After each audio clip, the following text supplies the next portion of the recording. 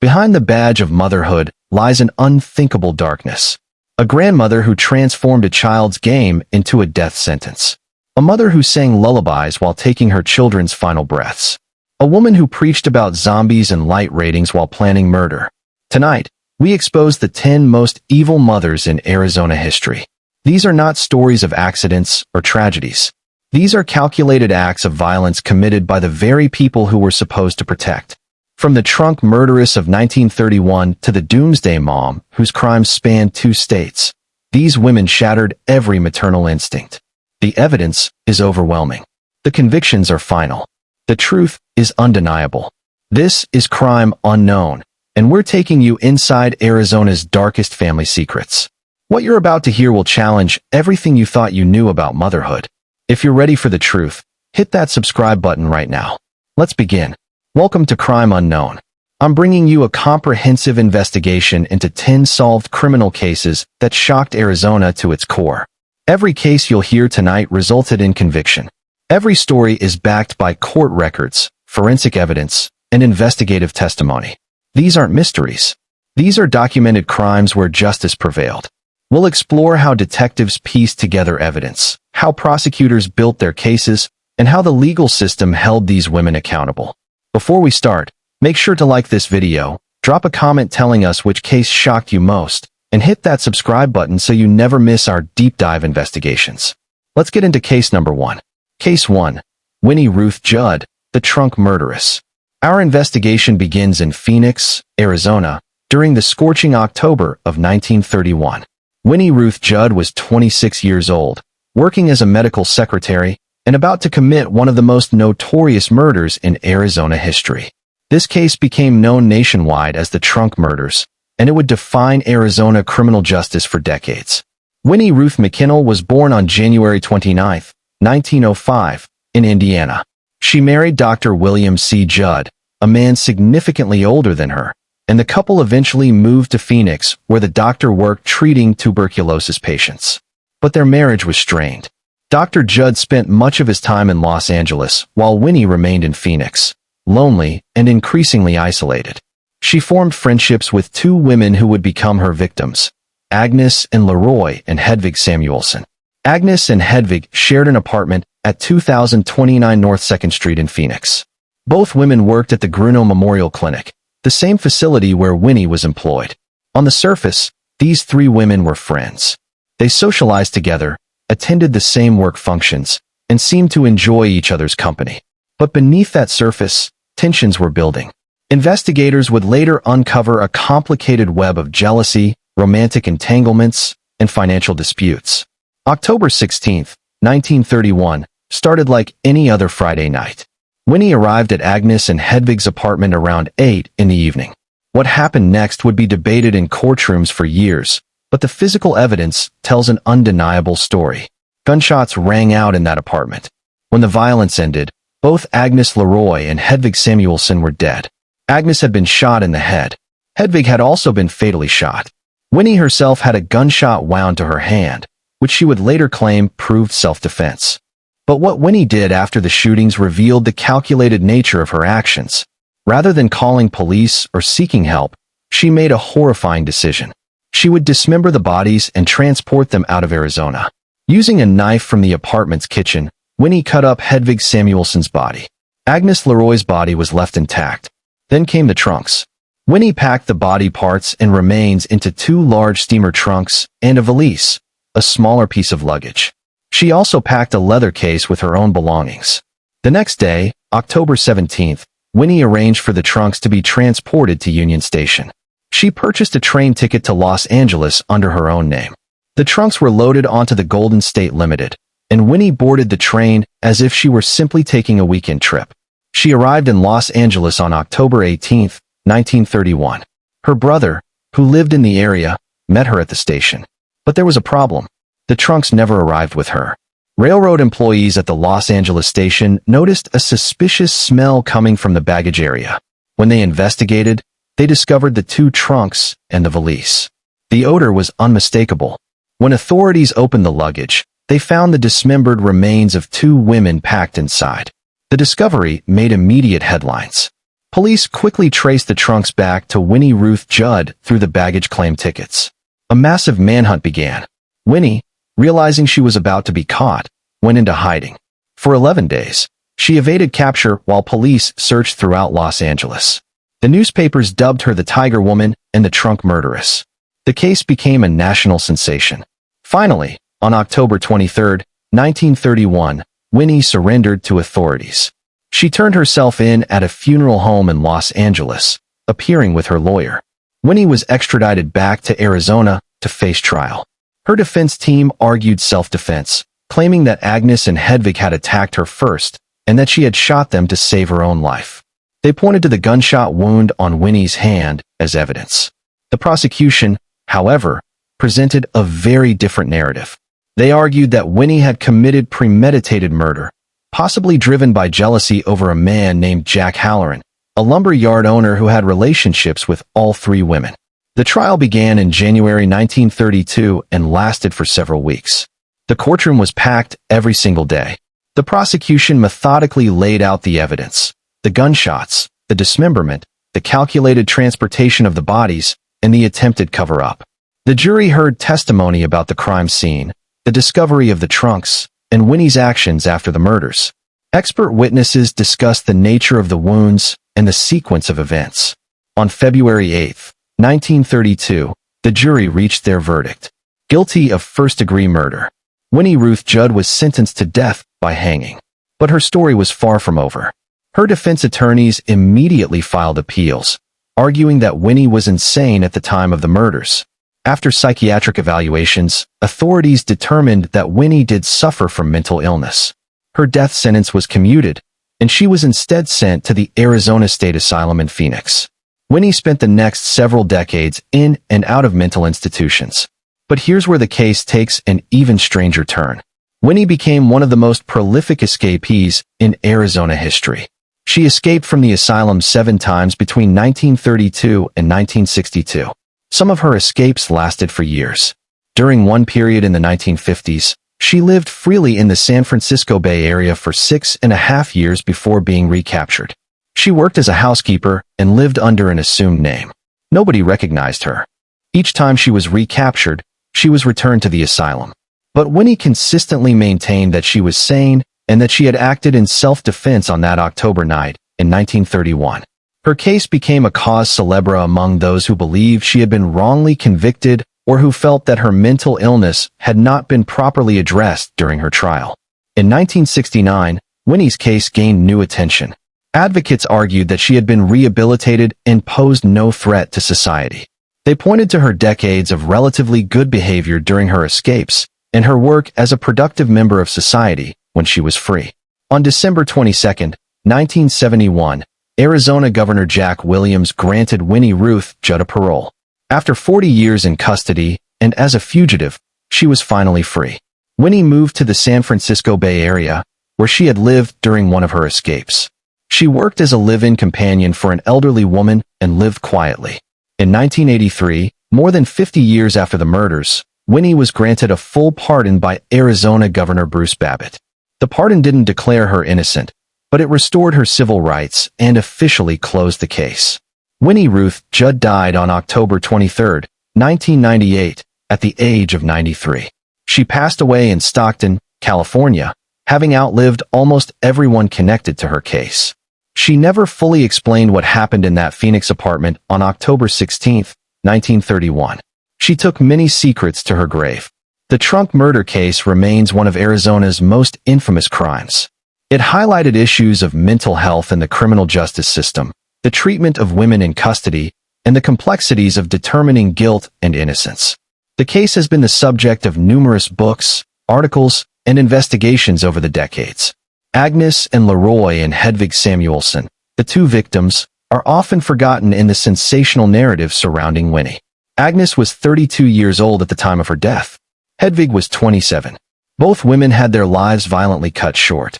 Their families mourned them while the media circus swirled around their killer. The apartment building where the murders occurred no longer stands, but the legacy of that night endures. The case changed how Arizona handled criminal defendants with mental illness. It sparked debates about capital punishment and rehabilitation. and it created one of the most bizarre criminal sagas in American history.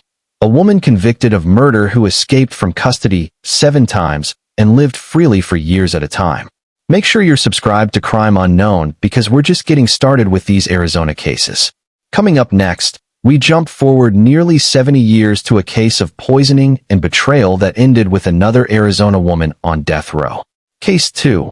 Wendy Andriano, the poisoner. Case number 2 takes us to Ahwatukee, an affluent community in Phoenix, Arizona, on October 8, 2000. Wendy Andriano was 30 years old, married to Joe Andriano, and operating a home healthcare business. To neighbors, they seemed like an ordinary couple facing extraordinary circumstances. Joe had been diagnosed with terminal cancer and was receiving hospice care at home. But behind closed doors, Wendy was planning murder. Joe Andriano was 43 years old when he was diagnosed with cancer. The disease was aggressive and terminal. Doctors had given him only months to live. As his health deteriorated, he became increasingly dependent on Wendy for his daily care. He was weak, bedridden, and suffering. The couple had been married for several years and had children together. By all accounts, Joe should have been able to spend his final months in peace, surrounded by family. Instead, he would die in agony at the hands of his wife. On the evening of October 8, Wendy made a 911 call to the Ahwatukee Fire Department. She reported that her husband was having difficulty breathing. When emergency responders arrived at the Andriano home on East La Costa Court, they found Joe in critical condition. He was unresponsive and severely injured.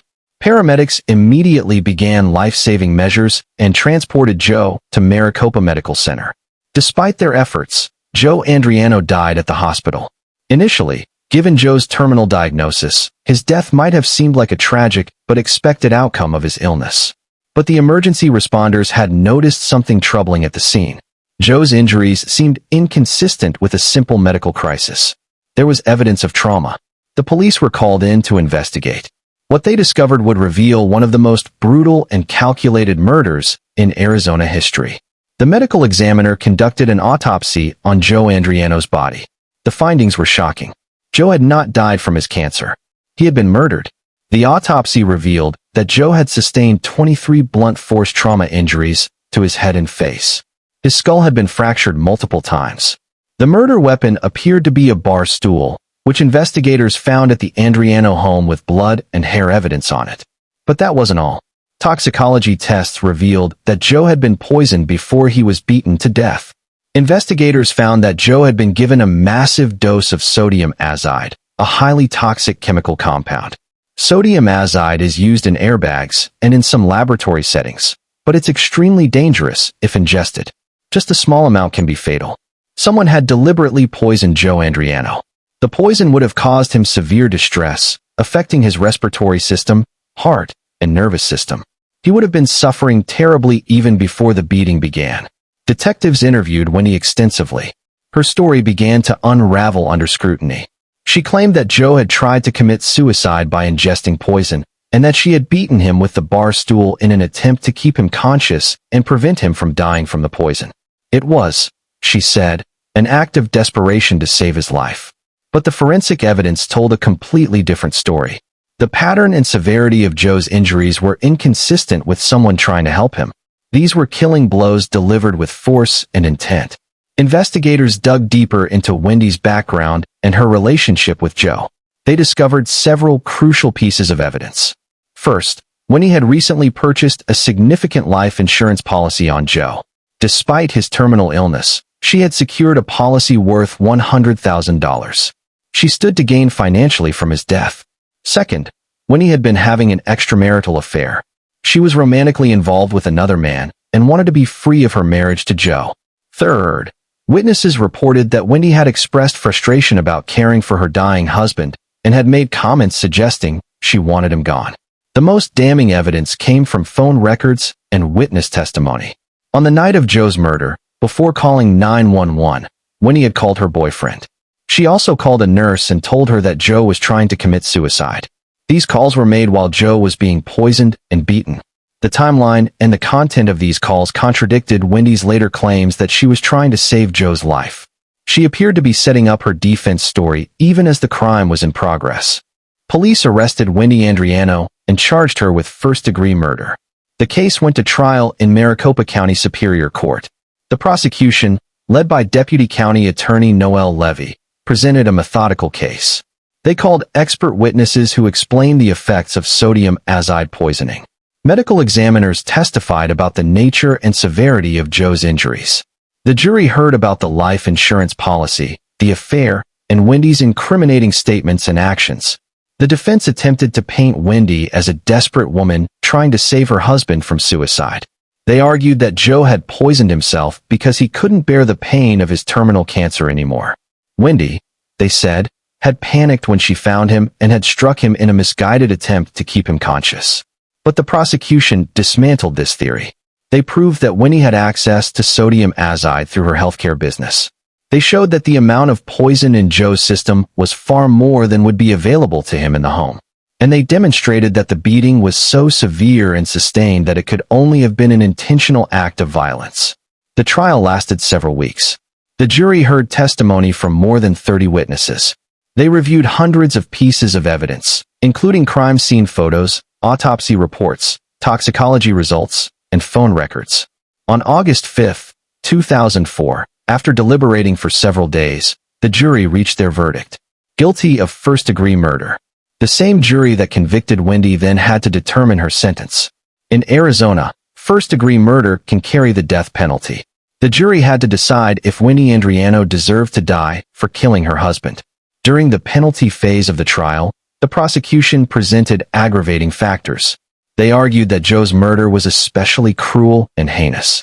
He had been poisoned, causing him to suffer, and then beaten to death with a bar stool while he was weak and dying from cancer. He had been completely helpless and dependent on Wendy's care. She had violated the most fundamental trust between a spouse and a caregiver. The defense presented mitigating factors, including Wendy's lack of prior criminal history and her role as a mother. On September 27, 2004, the jury made their decision.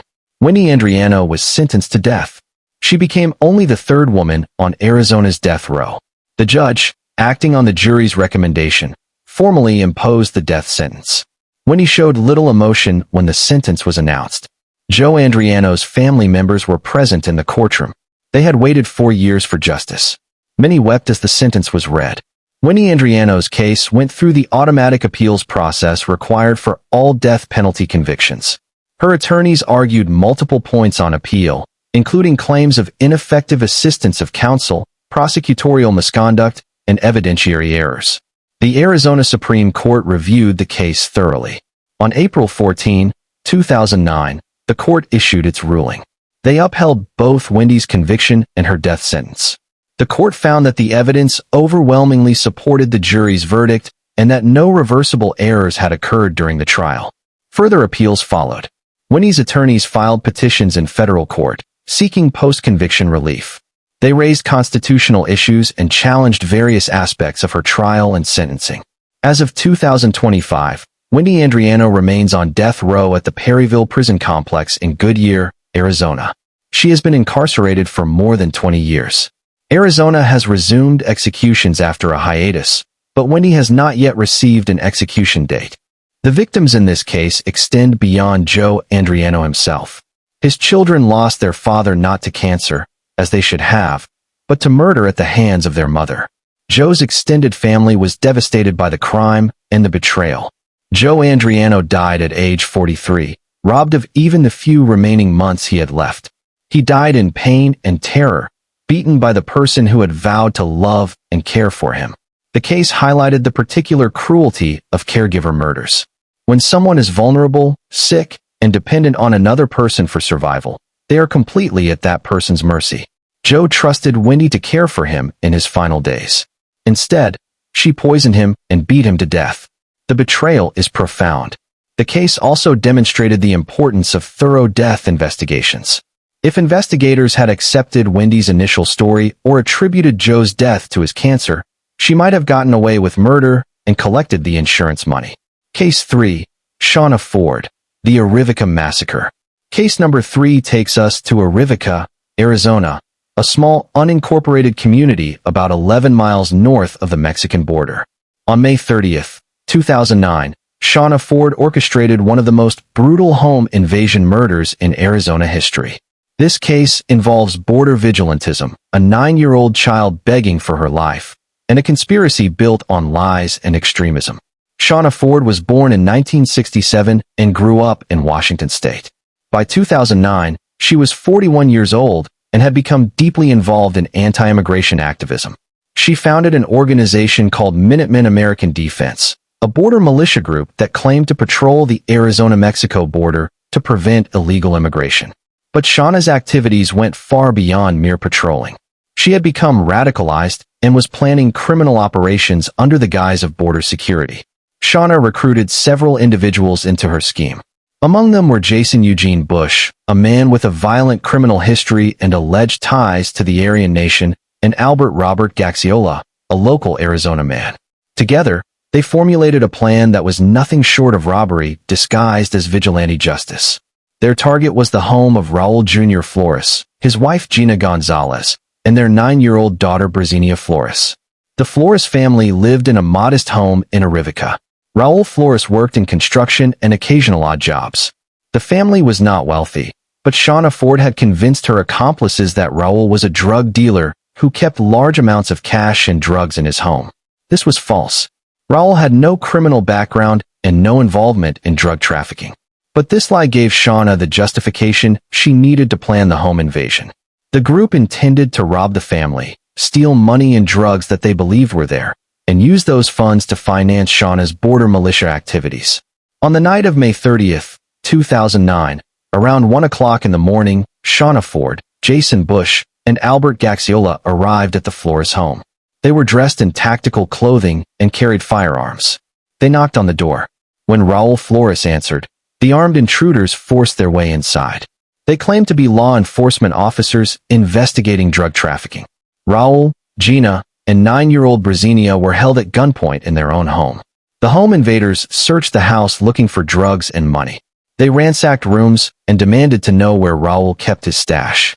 But there was no stash. There were no drugs. There was no large amount of cash. The Flores family were innocent people caught in a nightmare based on Shauna Ford's delusions and greed. When the intruders realized there was nothing to steal, the situation escalated to murder. Jason Bush shot Raul Flores in the head, killing him instantly. 9-year-old Brazenia witnessed her father's execution. She began screaming. According to witness testimony and court records, Brazenia begged for her life. She pleaded with the intruders not to kill her. Jason Bush responded by shooting the child in the face at point-blank range. Brazenia Flores died in her own home, murdered for no reason other than her presence during the robbery. Gina Gonzalez was also shot during the attack. She sustained serious gunshot wounds, but survived by pretending to be dead. As the intruders left the home, Gina remained still, bleeding, and terrified. Once she was certain they were gone, she managed to reach a phone and call 911. She provided a description of the attackers and told dispatchers what had happened. Police and emergency medical services rushed to the scene. When investigators arrived, they found a horrific crime scene. Raul Flores and his daughter Brazenia were both dead from gunshot wounds. Gina was critically injured but conscious.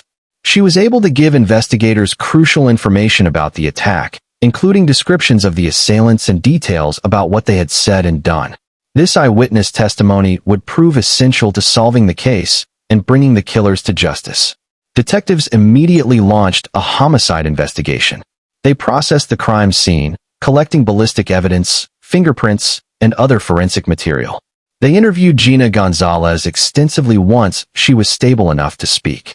Her account was detailed and consistent. She described a woman among the attackers, which was unusual in violent home invasion robberies. This detail helped investigators narrow their focus. Within days, investigators identified Shauna Ford as a suspect. They learned about her militia activities, her presence in the Arivica area, and her connections to Jason Bush and Albert Gaxiola. Detectives conducted surveillance and built their case. On June 12, 2009, just 13 days after the murders, police arrested Shauna Ford in Everett, Washington. Jason Bush and Albert Gaxiola were arrested in Arizona. All three defendants were charged with 2 counts of first-degree murder for the deaths of Raul and Brazenia Flores. They were also charged with attempted first-degree murder of Gina Gonzalez, burglary, armed robbery, and aggravated assault. The cases proceeded separately through the Pima County court system. Each defendant faced potential death sentences. Shauna Ford's trial began in February 2011. The prosecution presented a mountain of evidence. Gina Gonzalez testified, identifying Shauna as one of the home invaders. She described in heartbreaking detail how she watched her husband and daughter be murdered. Prosecutors presented evidence of Shauna's planning, including testimony from witnesses who said Shauna had talked about robbing drug dealers to fund her militia.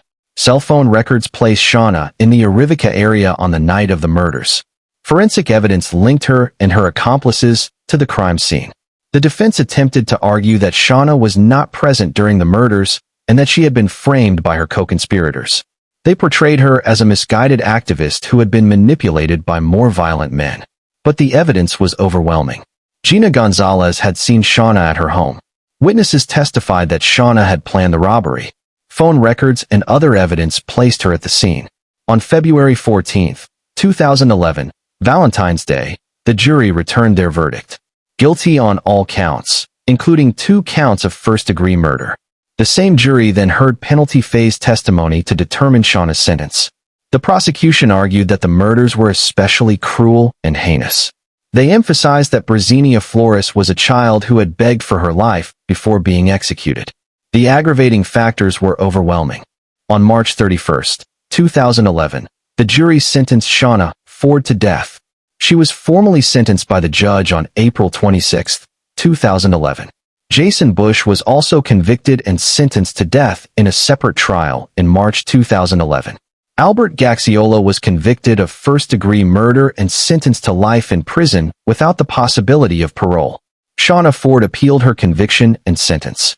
Her attorneys raised numerous issues, including claims of jury misconduct, evidentiary errors, and ineffective assistance of counsel. The Arizona Supreme Court reviewed the case. On June 22, 2016, the court issued its ruling. They upheld Shauna Ford's conviction and death sentence. The court found that the evidence fully supported the verdict and that the trial had been conducted fairly. Shauna remains on death row at the Perryville Prison Complex in Goodyear, Arizona. She continues to file appeals and post-conviction relief petitions. As of 2025, she has not received an execution date. Jason Bush also remains on Arizona's death row. The case received significant media attention because of its connection to border politics and militia movements. It highlighted the dangers of extremism and vigilantism. But beyond the political implications, this case is fundamentally about 2 innocent victims. Raul Jr. Flores was 39 years old when he was murdered in his own home. He was a father trying to provide for his family. Brazenia Flores was only 9 years old. She was in 4th grade. She loved playing outside and spending time with her parents. On the night of May 30, 2009, she went to bed in her own home and was awakened by armed intruders. She watched her father die. She begged for her life. And she was shot in the face by a grown man who felt nothing. Gina Gonzalez survived her physical injuries, but will carry the emotional and psychological scars forever. She lost her husband and her daughter in a single night of violence. She witnessed their murders and was powerless to stop it. The trauma of that experience is unimaginable. The Flores family's home in Arivica has become a memorial site where community members leave flowers and tributes to Raul and Brazenia. If this case affected you, leave a comment below and make sure you're subscribed to Crime Unknown. Case 4. Samantha Allen, the death of Aim Deal. Case number 4 takes us to Phoenix, Arizona, and the tragic death of 10-year-old Aim Lynn Deal. On July 12, 2011, Aim was forced into a small plastic storage container as punishment. She would never come out alive. Her cousin by marriage, Samantha Allen, orchestrated the abuse that led to Aim's death, and the details of this case reveal a pattern of cruelty that is almost incomprehensible. Aim Deal was born on June 28, 2001. She lived with relatives in a house on South 13th Avenue in Phoenix. Aim's mother, Cynthia Stoltzman, had struggled with addiction and legal issues, so Aim was being raised by her grandmother, Judith Deal, and several other family members. This extended family included Judith's daughter Cynthia Deal and Cynthia's husband John Allen, as well as John Allen's wife Samantha Allen. Yes, John was legally married to both Cynthia and Samantha in what the family called a polygamous relationship, though it was not legally recognized as such. The household was chaotic and abusive. Aim was treated differently from the other children in the home. She was singled out for punishment and forced to do excessive chores. She was denied food as punishment. She was locked in a small bathroom shower stall overnight. The family members living in the house all participated in or enabled Aim's abuse. But Samantha Allen and John Allen were the primary perpetrators of the most severe abuse. On July 11, 2011, Aim was accused of stealing a popsicle from the freezer. In a normal household, this would be a minor infraction deserving of a conversation or perhaps a small consequence. But in the Deal Allen household, it triggered a night of torture. Samantha Allen decided that Aim's punishment would be to spend the night locked inside a small plastic storage footlocker.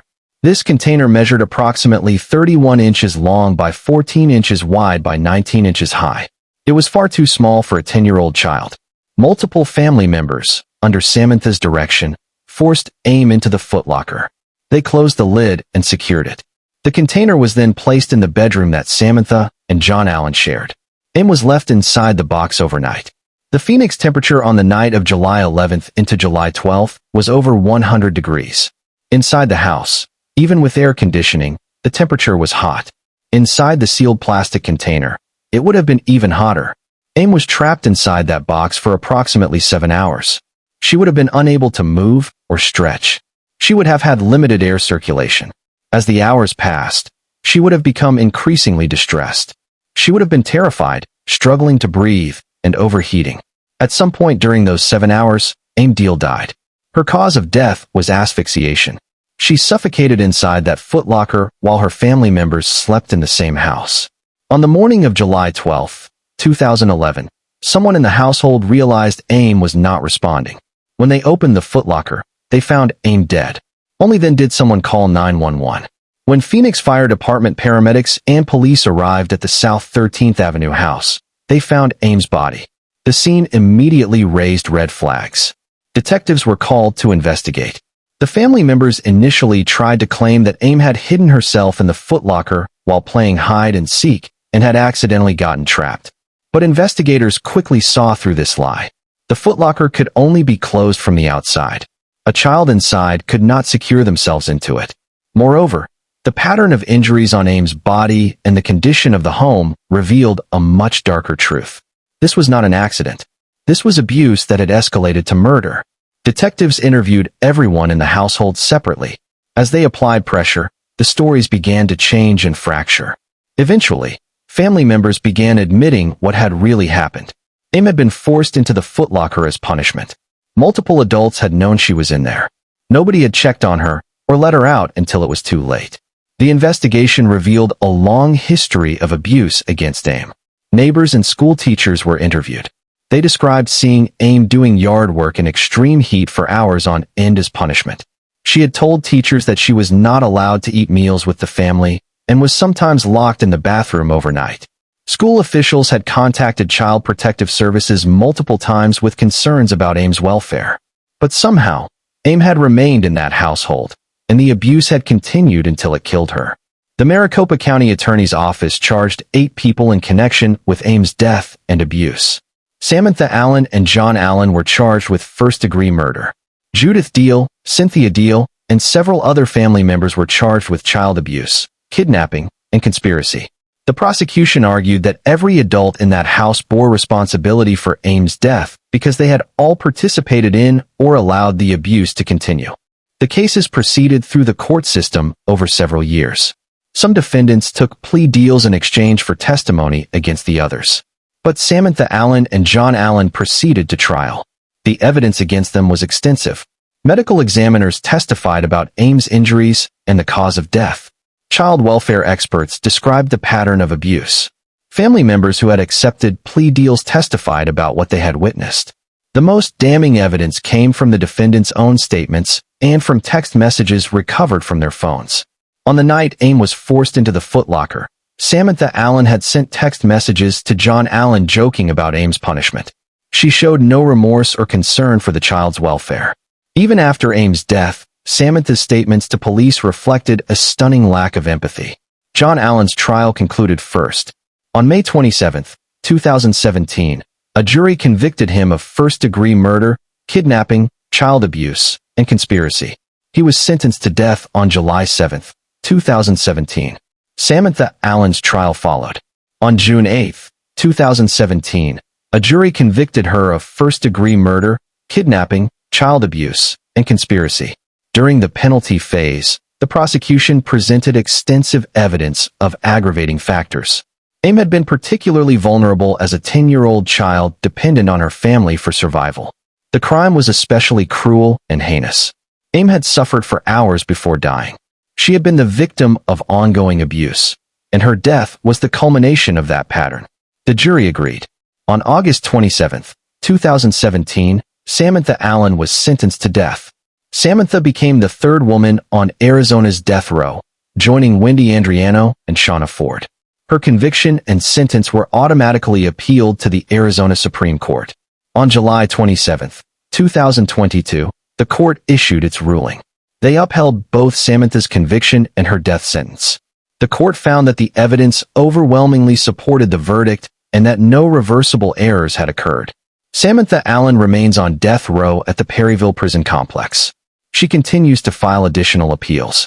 As of 2025, she has not received an execution date. John Allen also remains on Arizona's death row.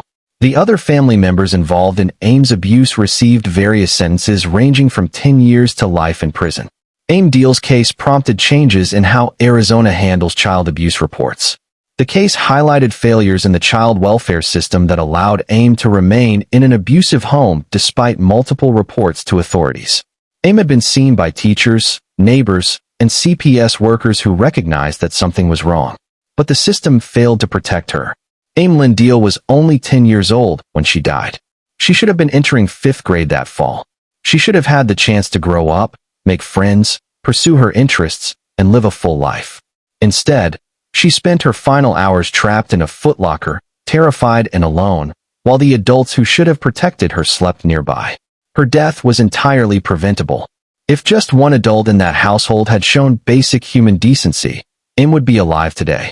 The case serves as a reminder of the importance of reporting suspected child abuse and of the need for child protective systems to act decisively when children are in danger.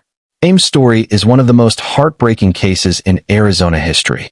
Her short life was marked by suffering, but her death brought about convictions and systemic changes that may protect other children in the future.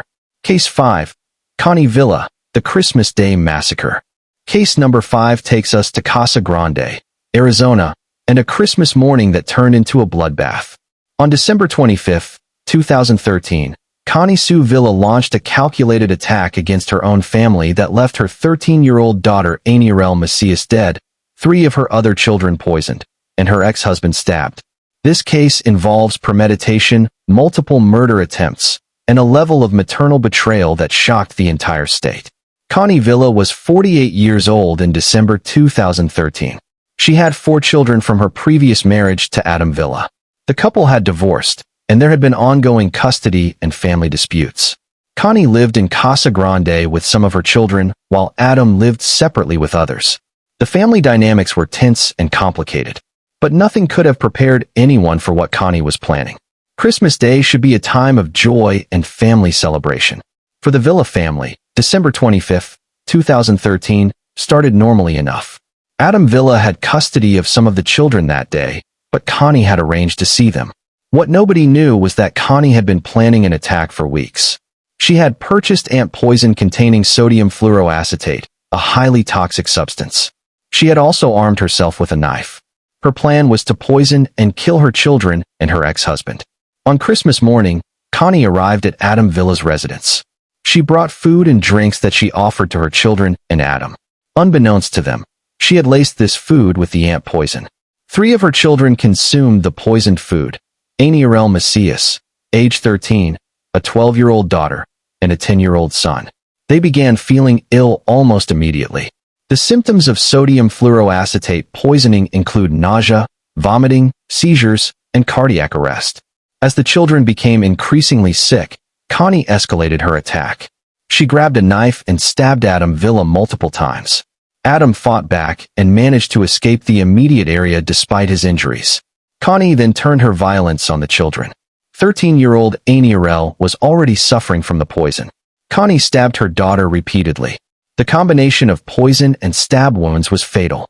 Aniarel Macias died on Christmas Day 2013 at the age of 13. The other two children who had been poisoned were critically ill, but alive.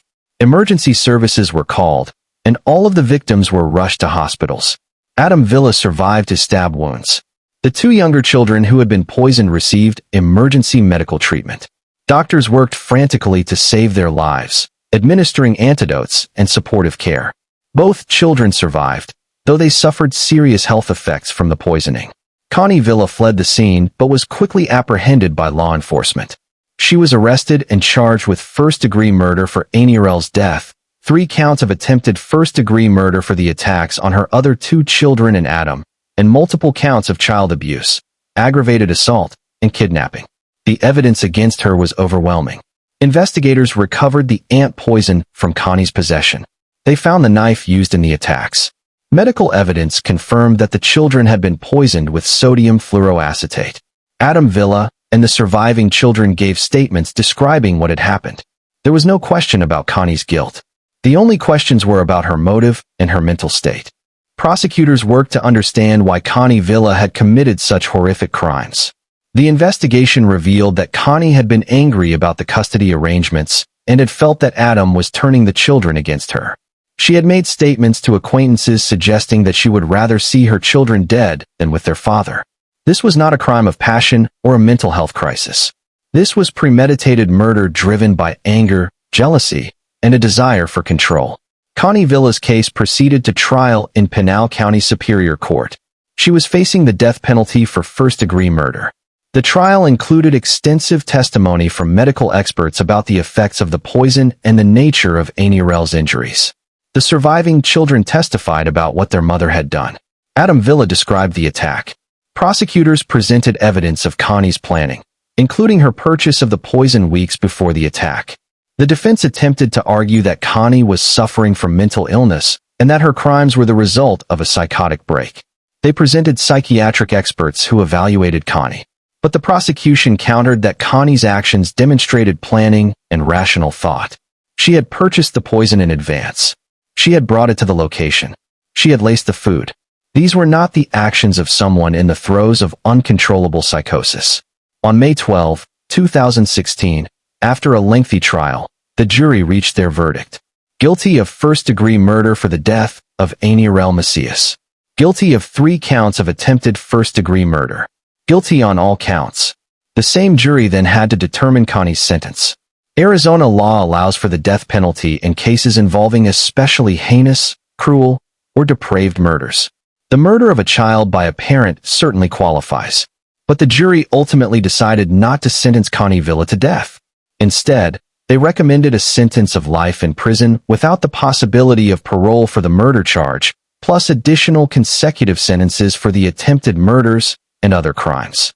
On July 11, 2017, Judge Kevin White formally sentenced Connie Villa to life in prison without parole, plus 155.5 additional years. The combined sentence ensures that Connie will die in prison.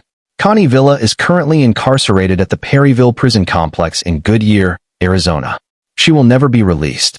She appealed her conviction, arguing various trial errors and evidentiary issues. The Arizona Court of Appeals reviewed the case and upheld her conviction and sentence. Connie's appeals have been exhausted.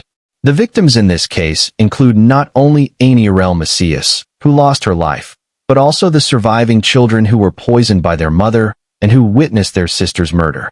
These children will carry the physical and emotional scars of that Christmas day for the rest of their lives. They lost their sister. They nearly lost their own lives. And they lost their mother, not to death or illness, but to her own evil actions. Adam Villa, while he physically survived, lost his daughter and witnessed unimaginable violence against his children. The extended Villa family has been shattered by these crimes. Christmas, a holiday that should be associated with joy and family togetherness, will forever be tainted by the memory of what Connie did. Aniarel Macias was 13 years old. She was in middle school. She had her whole life ahead of her. She should be 24 years old now, possibly graduated from college, starting a career, building her own life. Instead, she died on Christmas morning 2013 at the hands of her own mother. Her younger siblings, who survived the poisoning, have had to grow up without their sister and with the knowledge of what their mother did. The case highlighted the extreme danger that can exist within families when custody disputes and mental health issues intersect with violence and access to weapons or poisons. It also demonstrated the resilience of the surviving children, who testified against their mother in court despite the trauma they had endured. Their courage helped ensure that justice was served. Case 6. Rachel Henry, the nursery rhyme killer. Case number 6 takes us to Phoenix, Arizona, in January 20, 2020. Rachel Henry was 22 years old, a mother of 3 young children, and on that January night, she committed one of the most heartbreaking and incomprehensible crimes in Arizona history. She smothered her 3 children to death while singing nursery rhymes to them. The details of this case are profoundly disturbing, but the story must be told to honor the victims and understand how justice was ultimately served. Rachel Nyahan Henry had 3 children, 7-month-old Zane Henry, 2-year-old Mariah Henry, and 3-year-old Catalea Rios. On the evening of January 20th, 2020, Rachel was home with her children at their residence near 35th Avenue and Camelback Road in Phoenix. The children's father, Brandon Jones, was not home at the time. By all accounts, there had been no major crisis or precipitating event that evening. But something inside Rachel snapped, or perhaps she had been planning what came next. Around 7 o'clock that evening, Rachel began her attack. According to her own later statements to police, she took 7-month-old Zane first. She placed her hand over the baby's mouth and nose, cutting off his air supply. As Zane struggled and suffocated, Rachel sang to him. She sang nursery rhymes. Songs that are meant to comfort and soothe children were used as accompaniment to murder. When Zane stopped breathing and his tiny body went limp, Rachel moved on to her next victim. 2-year-old Mariah was next. Rachel approached her toddler and again placed her hands over the child's mouth and nose. She applied pressure, smothering Mariah while singing to her. Mariah would have struggled. A 2-year-old does not understand what is happening, but knows something is terribly wrong. She would have looked at her mother with confusion and fear. And Rachel continued until Mariah was dead. Finally, Rachel turned to 3-year-old Catalea. By this point, Catalea may have realized something was wrong. She may have seen what happened to her siblings. But she was only 3 years old, unable to escape or defend herself. Rachel smothered Catalea in the same methodical manner, once again singing nursery rhymes as she killed her own child. When it was over, all 3 children were dead. Rachel then called the children's father, Brandon Jones. She told him to come home and that something had happened to the children. Brandon rushed home and found a scene of unimaginable horror. His 3 children were unresponsive. He immediately called 911. Phoenix Fire Department paramedics and police arrived at the scene within minutes. They found all 3 children in cardiac arrest. Despite extensive resuscitation efforts, all 3 children were pronounced dead. Detectives immediately began investigating what had happened. Initially, Rachel claimed that she had found the children unresponsive and didn't know what had caused their deaths. But investigators recognized that the simultaneous deaths of 3 children in different age groups was highly suspicious. Multiple children do not simply die at the same time from natural causes. Detectives interviewed Rachel extensively. Under questioning, Rachel's story began to change. Eventually, she confessed to killing her children. She described in chilling detail how she had smothered each child one by one. She admitted to singing to them as she killed them. When detectives asked why she had done it, Rachel's answers were vague and contradictory. She made statements suggesting she felt overwhelmed and that the children were better off dead. She showed little emotion when describing what she had done. The medical examiner conducted autopsies on all 3 children. 7-month-old Zane Henry's cause of death was determined to be asphyxiation. 2-year-old Mariah Henry died of asphyxiation. 3-year-old Catalea Rios died of asphyxiation. All 3 children had been smothered. The manner of death in all 3 cases was homicide. There was no evidence of any natural disease or accident. These children were murdered. Rachel Henry was arrested and charged with 3 counts of first-degree murder. The charges carried potential death sentences. Rachel's case generated enormous media attention in Phoenix and across Arizona. The public was horrified by the details of the crime. How could a mother kill not one, but three of her own children in such a deliberate and cruel manner? As the case moved through the legal system, Rachel's defense attorneys raised the issue of mental health. They argued that Rachel was suffering from severe mental illness at the time of the murders and should not be held criminally responsible. Psychiatric evaluations were ordered. Rachel was examined by multiple mental health experts. The evaluations revealed a complex picture of mental health issues, but prosecutors argued that Rachel understood the nature of her actions and had chosen to kill her children. The case did not go to trial. In November 2024, Rachel Henry accepted a plea agreement with the Maricopa County Attorney's Office. She pleaded guilty to 3 counts of first-degree murder in exchange for the prosecution agreeing not to seek the death penalty. Instead, Rachel would receive 3 consecutive life sentences with no possibility of parole. This meant that Rachel would spend the rest of her life in prison. On February 14, 2025, Valentine's Day, Judge Suzanne Cohen formally sentenced Rachel Henry. The courtroom was packed with family members of the victims and members of the community who wanted to see justice served. Brandon Jones, the father of the 3 children, gave an emotional victim impact statement. He described the pain of losing his children and the horror of what Rachel had done. He spoke about Zane, Mariah, and Catalea as individuals with their own personalities, loves, and potential. Judge Cohen sentenced Rachel to 3 consecutive life sentences without the possibility of parole. The judge stated that the crimes were among the most heinous she had encountered in her career. She noted that Rachel had betrayed the most fundamental duty of a parent, to protect and nurture her children. Instead, Rachel had become their killer. The consecutive sentences ensure that Rachel will never leave prison. She will die behind bars. Rachel Henry is currently incarcerated in the Arizona Department of Corrections. She is 27 years old as of 2025. She will spend the next 6 or 7 decades in prison, growing old while the children she killed remain forever young in death. The case raised difficult questions about maternal mental health, postpartum issues, and the criminal justice system's response to mentally ill defendants. Some advocates argued that Rachel should have been found not guilty by reason of insanity and placed in a mental health facility rather than prison. They pointed to her psychiatric history and argued that she was not in control of her actions. But prosecutors and the judge felt that Rachel understood what she was doing and made a choice to kill her children. The fact that she did so methodically, one child at a time, over a period of time, suggested premeditation rather than an uncontrollable psychotic break. The primary victims of this case are, of course, the 3 children. Zane Henry was only 7 months old. He had barely begun his life. He was in the stage where babies are just learning to interact with the world, developing their personalities, and bonding with their parents. Mariah Henry was 2 years old, at the age where toddlers are learning language, exploring their environment, and forming their first memories. Catalea Rios was 3 years old, likely attending preschool, making friends, and developing her sense of self. These 3 children should be alive today. Zane would be 5 years old. Mariah would be 7. Catalea would be 8. They would be in elementary school, playing with friends, learning, and growing. Instead, they are gone, murdered by the person who should have protected them more than anyone else in the world. Their father, Brandon Jones, lost all 3 of his children in a single night. The trauma and grief are unimaginable. The case also affected the first responders who arrived at the scene.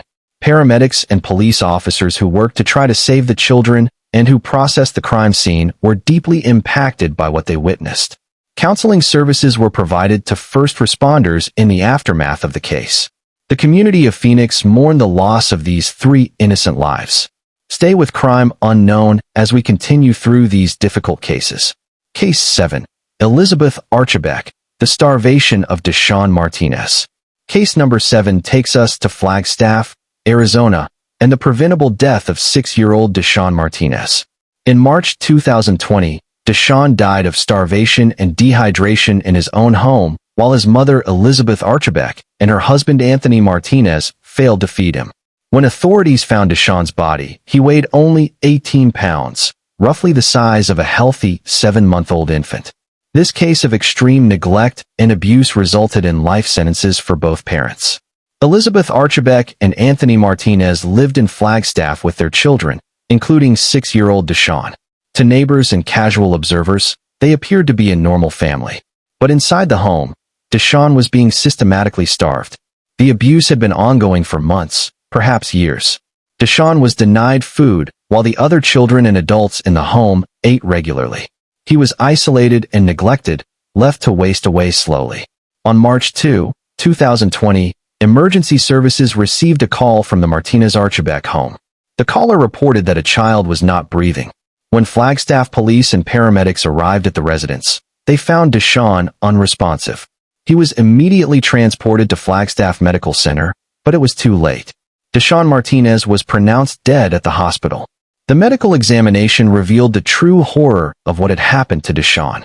At 6 years old, he should have weighed approximately 45 to 50 pounds. Instead, Deshawn weighed only 18 pounds. His body showed signs of severe malnutrition and dehydration. He had no body fat. His organs were failing. Medical examiners determined that Deshawn had starved to death over an extended period of time. This was not a sudden death. This was a slow, agonizing process that took weeks or months. Detectives launched a homicide investigation. They interviewed Elizabeth Archibek and Anthony Martinez extensively. Both parents initially claimed that Deshawn had eating problems and that they had tried to feed him, but he refused to eat. They suggested that Deshawn might have had an eating disorder or medical condition. But investigators quickly determined that these claims were false. The investigation revealed that Deshawn had been locked in a closet in the home for extended periods. He was denied access to food while the rest of the family ate. The other children in the home were healthy and well-fed, which proved that there was adequate food in the house. Deshawn was specifically targeted for abuse. Investigators found evidence that Elizabeth and Anthony had deliberately withheld food from Deshawn as punishment or out of neglect. Child Protective Services records showed that there had been previous reports of concern about Deshawn's welfare. School officials had noticed that Deshawn appeared underweight and had expressed concerns. But somehow, Deshawn had remained in the home, and the abuse had continued until it killed him. The failure of the child welfare system to protect Deshawn was a tragic element of this case. Elizabeth Archibek and Anthony Martinez were both arrested and charged with first-degree murder, child abuse, and kidnapping. The prosecution argued that by systematically denying Deshawn food and medical care, the parents had committed premeditated murder. They knew that Deshawn was starving. They saw his body wasting away, and they did nothing to help him. In fact, they actively prevented him from accessing food. Elizabeth Archibek's case proceeded toward trial. However, in June 2023, Elizabeth accepted a plea agreement. She pleaded guilty to first-degree murder in exchange for the prosecution agreeing to a sentence of life in prison without the possibility of parole rather than seeking the death penalty. On July 28, 2023, a Coconino County judge formally sentenced Elizabeth to life in prison without parole. Anthony Martinez's case went to trial. In May 2024, after a lengthy trial, a jury convicted Anthony Martinez of first-degree murder. The evidence against him was overwhelming. Medical experts testified about Deshawn's condition and the cause of death. Photographs of Deshawn's emaciated body were shown to the jury. Witnesses described the conditions in the home and the treatment of Deshawn. The jury deliberated and returned a guilty verdict on all counts. On August 23, 2024, Anthony Martinez was sentenced to life in prison without the possibility of parole. The judge described the crime as one of the most cruel and depraved cases to come before the court. Both parents are now incarcerated in Arizona state prisons. They will never be released. They will spend the rest of their lives behind bars for what they did to Deshawn.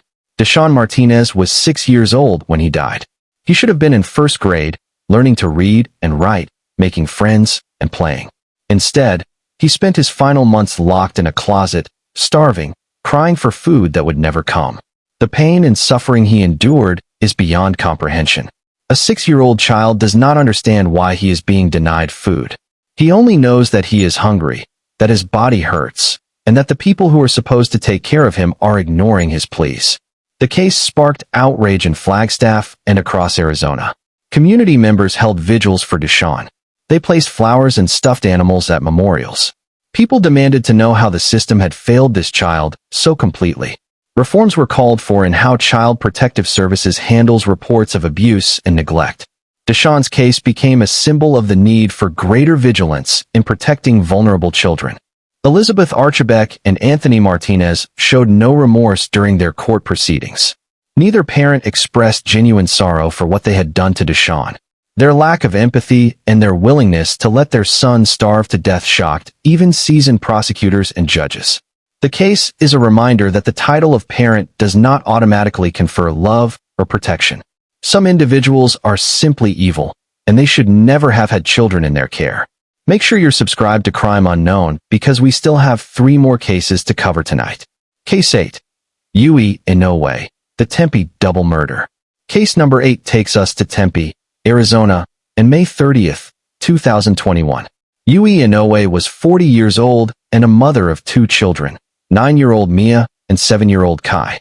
On that Memorial Day weekend, just hours after police had responded to a domestic dispute at the family's apartment, Yue killed both of her children. She used a meat cleaver to attack them in their own home, and when police arrested her, she refused to accept responsibility for her actions. Yue Inoue had emigrated from Japan and was living in Tempe with her children. She was separated from the children's father, and there had been ongoing custody disputes and family conflicts. On the evening of May 29, 2021, police were called to Yue's apartment for a domestic disturbance. Officers responded, assessed the situation, and determined that no arrest was necessary at that time. They left the scene. Less than 24 hours later, they would return to find both children dead. On the morning of May 30th, 2021, Tempe police received another call to the same apartment. When officers arrived, they found a scene of horrific violence. 9-year-old Mia and 7-year-old Kai were both dead. They had been attacked with a meat cleaver, suffering fatal injuries. Yue Inoue was present at the scene. She was covered in blood. She made statements indicating that she had killed her children. Detectives processed the crime scene and collected evidence. The meat cleaver used in the attacks was recovered. Blood evidence and other forensic material confirmed what had happened. Medical examiners determined that both children had died from their injuries sustained in the attack. This was clearly a double homicide. Yue was arrested and charged with 2 counts of first-degree murder. The investigation revealed that Yue had been experiencing mental health issues and family stress. There had been disputes with the children's father over custody and visitation. But prosecutors argued that Yue's actions were not the result of an uncontrollable mental health crisis. She had chosen to kill her children. She had armed herself with a weapon. She had attacked them deliberately. These were premeditated murders. Yue's case proceeded to trial in Maricopa County Superior Court. The defense presented evidence of Yue's mental health struggles and argued that she should be found not guilty by reason of insanity. Psychiatric experts testified about Yue's mental state at the time of the murders. But the prosecution countered with their own experts and with evidence showing that Yue understood the nature of her actions and knew that what she was doing was wrong. The trial included heart-wrenching testimony about Mia and Kai. Family members described the children's personalities, their interests, and their potential. Teachers and friends spoke about what bright, loving children they had been. The children's father gave an emotional victim impact statement, describing the pain of losing both of his children to their mother's violence. On May 5, 2025, after a lengthy trial, the jury reached their verdict. Guilty on both counts of first-degree murder. The jury rejected the insanity defense and found that Yue Inoue was criminally responsible for killing her children. The same jury then had to determine Yue's sentence. Given that she had killed 2 children, the prosecution sought the maximum possible sentence. The jury recommended, and the judge imposed, 2 consecutive life sentences plus 35 years. This means that Yue will spend the rest of her natural life in prison with no possibility of parole. Even if she lives to be 100 years old, she will die behind bars. Yue Inoue showed little emotion when the sentence was pronounced. Throughout the trial, she had maintained a detached demeanor and had refused to fully accept responsibility for her actions. Yue is currently incarcerated in the Arizona Department of Corrections. She is 44 years old as of 2025. The case drew attention from both the Japanese American community and the broader Arizona public. It raised questions about domestic violence, mental health resources for parents, and the warning signs of familicide. The fact that police had been called to the apartment just hours before the murders led to scrutiny of how law enforcement handles domestic disputes. Some critics argued that more should have been done to protect the children after that first call. Police defended their actions, stating that they followed protocol and had no legal grounds to remove the children at that time. The tragedy highlights the difficulty of predicting and preventing family violence. Mia was 9 years old. She was in 3rd grade. She loved art and music. Kai was 7 years old, in 2nd grade, and enjoyed playing soccer and video games. Both children were described by teachers as happy, engaged students who got along well with their peers. They had their whole lives ahead of them. They should be teenagers now, navigating middle school, making plans for their futures. Instead, they are gone, murdered by their mother in a moment of violence that can never be undone. The children's father lost both of his children in a single day. He had been fighting for custody and trying to ensure the children's safety. Despite his efforts, the system did not prevent this tragedy. He now lives with the grief and trauma of losing Mia and Kai. Other family members, including grandparents and aunts and uncles, also mourn the loss of these 2 young lives. Case 9. Retta Cruz, the custody murder-suicide. Case number 9 takes us to Phoenix, Arizona, and June 5, 2021. Retta Renee Cruz was 42 years old and embroiled in a bitter custody dispute with her ex-husband over their 2 young daughters. Rather than continue fighting in family court, Retta made the horrific decision to kill her children and attempt to kill herself. She administered fatal overdoses of medication to 4-year-old Aria and 9-year-old Ava, then attempted to take her own life. The girls died. Retta survived and faced justice. Retta and her ex-husband were divorced and sharing custody of their daughters. But the arrangement was contentious. There were ongoing disputes about parenting time, decision-making, and the children's welfare. These disputes are sadly common in divorce cases. Most parents find ways to work through their disagreements for the sake of their children. But Retta was not willing to compromise or continue the legal process. She decided that if she could not have full custody of her daughters, nobody would. On June 5, 2021, it was Retta's scheduled time with the girls. She picked them up and brought them to her Phoenix residence. What happened next was a calculated act of murder. Retta obtained prescription medications and over-the-counter drugs. She administered large quantities of these medications to both Aria and Ava. The exact substances included antihistamines and other drugs that, in overdose quantities, can cause respiratory depression, cardiac arrest, and death. 4-year-old Aria and 9-year-old Ava became increasingly drowsy and unresponsive as the drugs took effect. They did not understand what their mother was doing to them. They trusted her, and she betrayed that trust in the most fundamental way possible. Both girls lost consciousness. Their breathing slowed and eventually stopped. They died from the overdoses. After killing her daughters, Retta attempted to kill herself by taking a large quantity of the same medications. She left notes indicating that she had killed the children and planned to die with them. But Retta did not die. When authorities discovered the scene, Retta was unconscious but alive. She was transported to a hospital where she received emergency medical treatment. Doctors stabilized her condition and saved her life. 4-year-old Aria Cruz and 9-year-old Ava Cruz could not be saved. They were pronounced dead. Autopsies confirmed that both girls died from drug toxicity.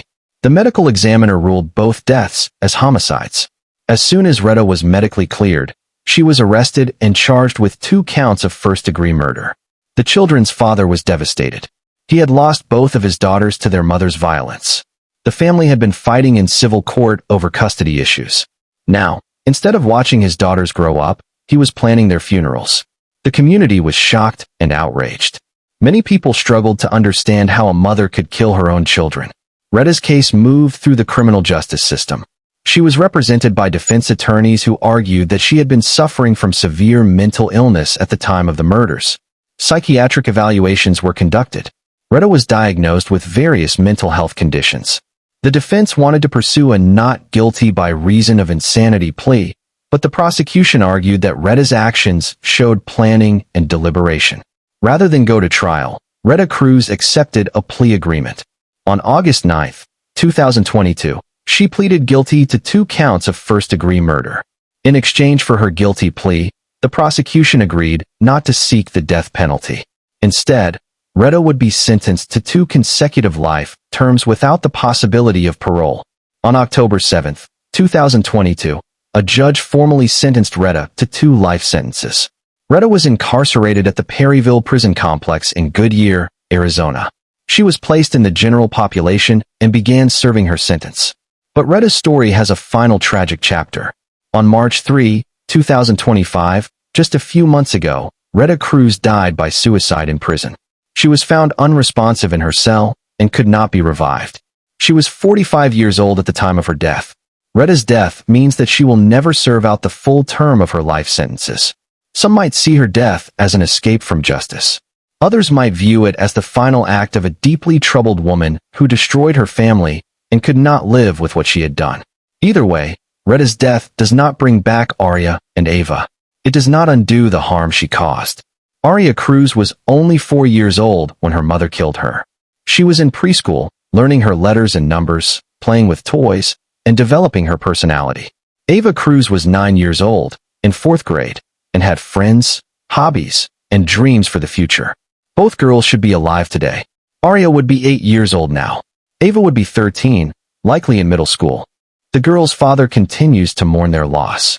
He has spoken publicly about the pain of losing his children and his frustration with a family court system that did not protect them from their mother.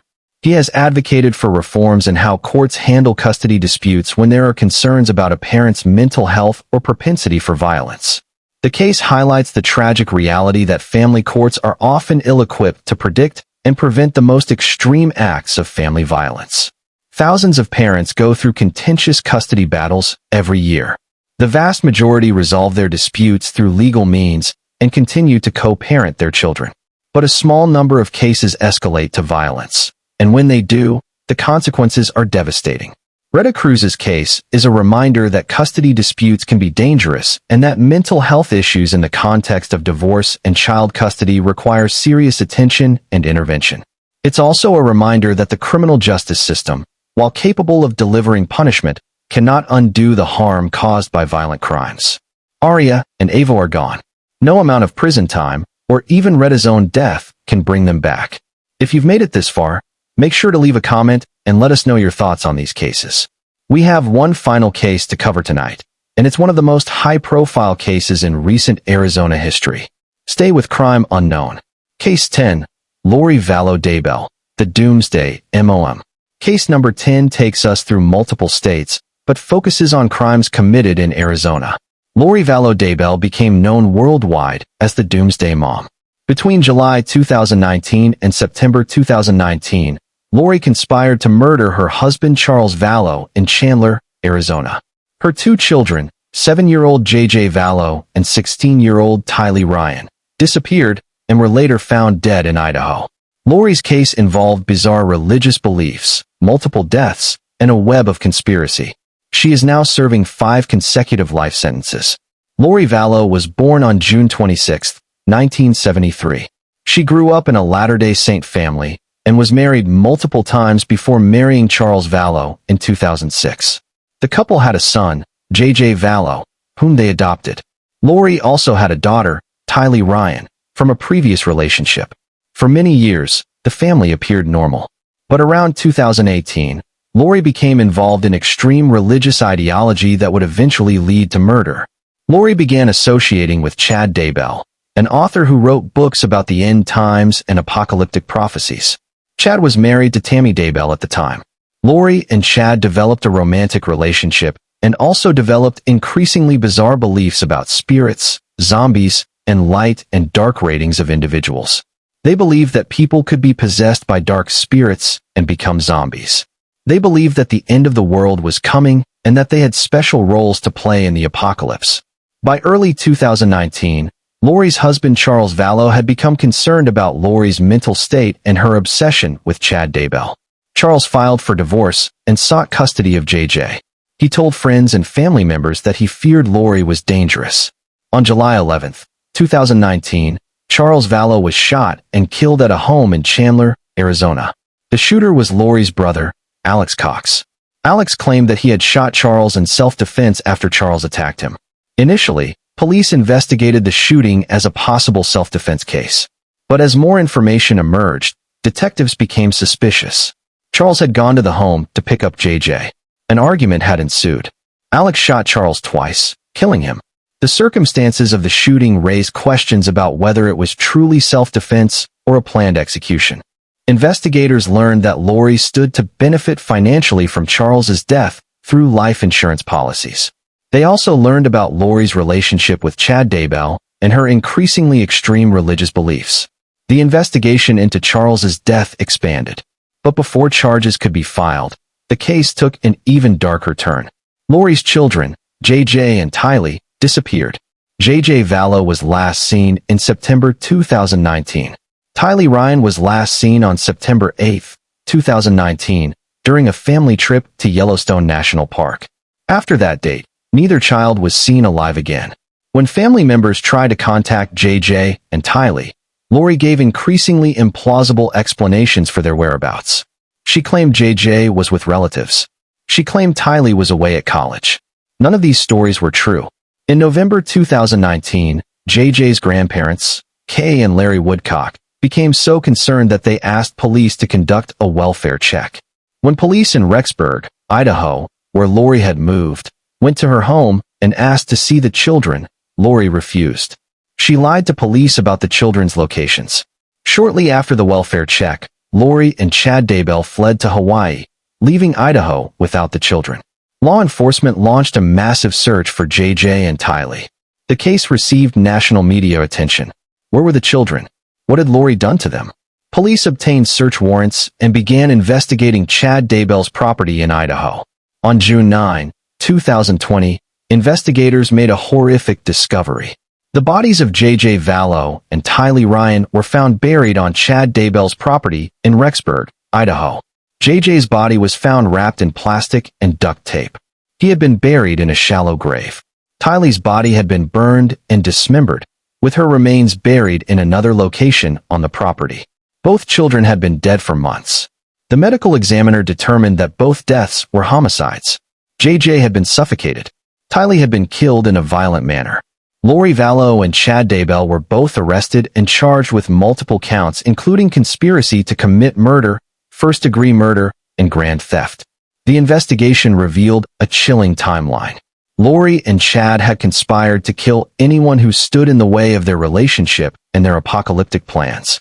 Charles Vallow was killed in Arizona in July 2019. Tylee was killed in September 2019. JJ was killed in September 2019.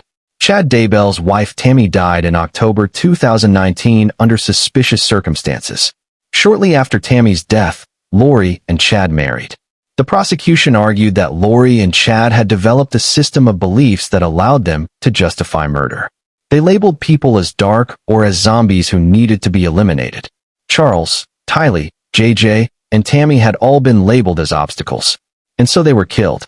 The motive was a combination of religious delusion, financial gain from life insurance, and a desire to be together without interference. Lori's trial took place in Idaho in April and May 2023. The evidence against her was overwhelming. Testimony revealed the conspiracy, the murders, and Lori's complete lack of remorse. On May 12, 2023, a jury convicted Lori Vallow Daybell of 2 counts of first-degree murder for the deaths of JJ and Tylee, conspiracy to commit murder, and grand theft. She was also convicted of conspiracy to commit murder in the death of Tammy Daybell. On July 31, 2023, Lori was sentenced to life in prison without the possibility of parole for each of the murder counts, to be served consecutively. She also received additional prison time for the conspiracy and theft charges. Lori showed no emotion during her sentencing. She declined to make a statement. She was transferred to an Idaho state prison to begin serving her sentence. But Lori still faced charges in Arizona for the murder of Charles Vallow. In February 2024, she was extradited back to Arizona. The Maricopa County Attorney's Office charged her with conspiracy to commit first-degree murder in Charles's death. The prosecution argued that Lori had conspired with her brother Alex Cox to kill Charles. Although Alex pulled the trigger, Lori was responsible for planning the murder. On July 25, 2025, just 6 months ago, Lori appeared in a Maricopa County courtroom for sentencing on the Arizona charges. She had accepted a plea deal in which she pleaded guilty to conspiracy to commit first-degree murder. The judge sentenced her to 2 additional consecutive life sentences, one for Charles's murder and one for the conspiracy charge. These sentences will run after her Idaho sentences. Lori Vallow Daybell is now serving a total of 5 consecutive life sentences without the possibility of parole. She will spend the rest of her life in prison. She is currently 51 years old. She will die in custody. Her co-conspirator, Chad Daybell, was also tried and convicted in Idaho. In June 2024, Chad was sentenced to death for his role in the murders of Tylee, JJ, and his wife Tammy. He is on death row awaiting execution. The victims of Lori Vallow Daybell's crimes deserve to be remembered. Charles Vallow was 62 years old when he was murdered in Arizona. He had been trying to protect his adopted son JJ and had sought help from the legal system. He was shot and killed before he could save JJ. Tylee Ryan was 16 years old when she was murdered. She was a bright teenager who loved photography and spending time with her family. She had her whole life ahead of her. JJ Vallow was only 7 years old when he was killed. He had autism and required special care. He was a happy child who loved playing and watching cartoons. He trusted his mother and his uncle Chad. They betrayed that trust and murdered him. JJ's body was found with his arms duct-taped in a cross position, bound and wrapped in plastic. The image of how his body was found haunted investigators and the public. Kay and Larry Woodcock, JJ's grandparents, fought tirelessly to find the children and bring Lori to justice. They have since become advocates for child safety and for reforms in the child welfare system. Tylee's father had died years before these events, but her extended family mourned her loss. The case devastated multiple families and communities. Lori Vallow Daybell's case became one of the most publicized criminal cases of the 2020s.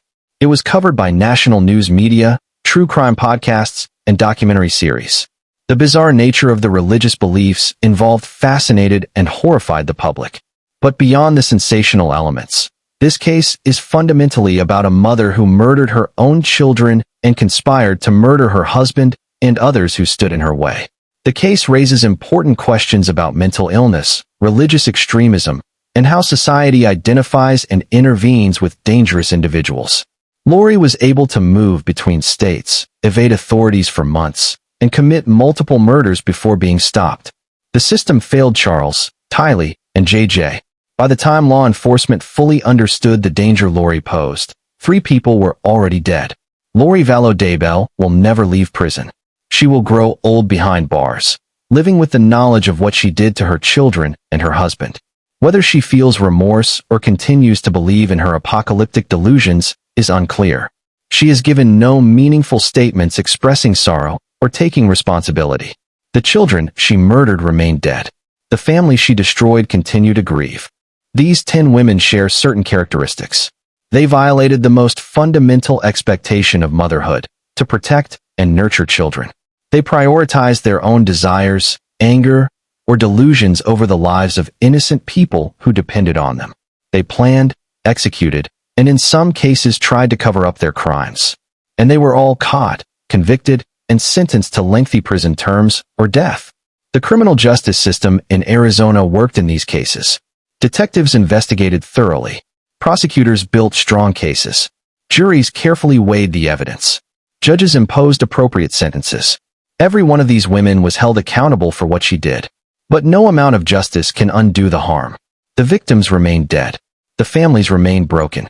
If you found this documentary valuable, please hit that like button, leave a comment telling us which case impacted you most, and subscribe to Crime Unknown for more in-depth investigations. We cover solved cases with respect for victims and a commitment to factual accuracy. Thank you for watching, and remember that justice may be slow, but it is achievable when communities, investigators, and courts work together. For Crime Unknown, this has been Arizona's most evil mothers. The cases are solved. The convictions are final. The victims are remembered.